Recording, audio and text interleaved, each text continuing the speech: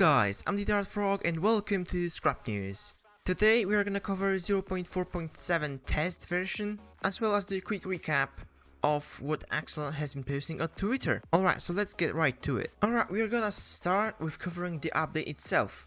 This one is mainly for language related stuff, but not only. So a lot of languages that didn't quite make it into survival update itself were really improved or added in this update. I decided to take a quick look at my first language and how it looks like in Scrap Mechanic, and well, while it's not absolutely terrible, it's not great either really.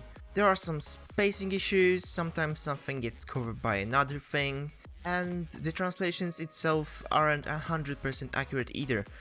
Like, for example, the paint tool is actually called painting, as in the activity of painting, not painting as in the object. There are quite a few of such problems, and as far as what I could see on Twitter, Polish is not actually the only language that has this problem. But this is just a test branch, so it's likely to get improved for actual release. The languages that have been updated are as follows: Russian, Chinese, Japanese, Korean, Polish, German, Italian, French, Spanish, and Brazilian Portuguese.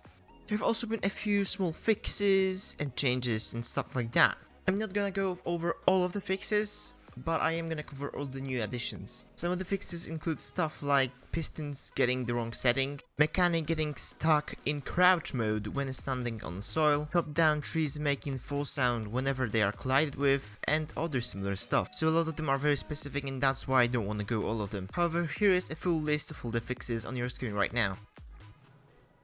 The small changes and additions are glow sticks now glow for a limited amount of time. There are new swimming sounds. There's a new effect when picking up water, and there's also a new epic loot particle effect. Alright, so now let's move on to the information that we can get from Twitter. We might be getting a daylight sensor in the game in the future. The beacon part is actually really close to completion. Around 20 days ago, just some UI work was left to do, so we can probably expect it anytime now. We might be getting console edition of Scrap Mechanic, as they said they are looking into it now. That will definitely expand the player base by a lot, and I've seen a lot of people requesting Scrap Mechanic to come to console. Axel is currently working on a new chapter for survival mode, and they said they will unlock the warehouses when the chapter drops. They also hope they will be able to release this chapter later this year, which is pretty amazing. We will also likely be getting an automized cookbot in the future.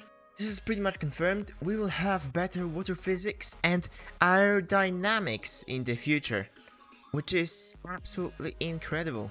Now, we could have expected better water physics to come later on, but we didn't know anything about aerodynamics. This tweet, however, suggests we'll be getting both, and not gonna lie, this is something I'm really excited about. We might be getting an ability to terraform in the game, however, it would only be possible in very specific areas. Unfortunately, we don't know what areas that would be. Someone asked the devs about the scrapyard biome that was supposed to come in survival but isn't here yet, and especially about the bot that's in the picture.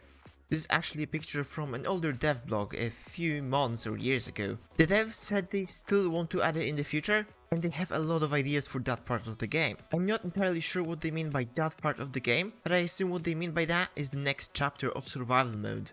We'll also be getting better mod support that will, for example, include the ability to add custom garments into the game. Alright, so that's quite a lot of very exciting stuff, and I'm really looking forward to all of it.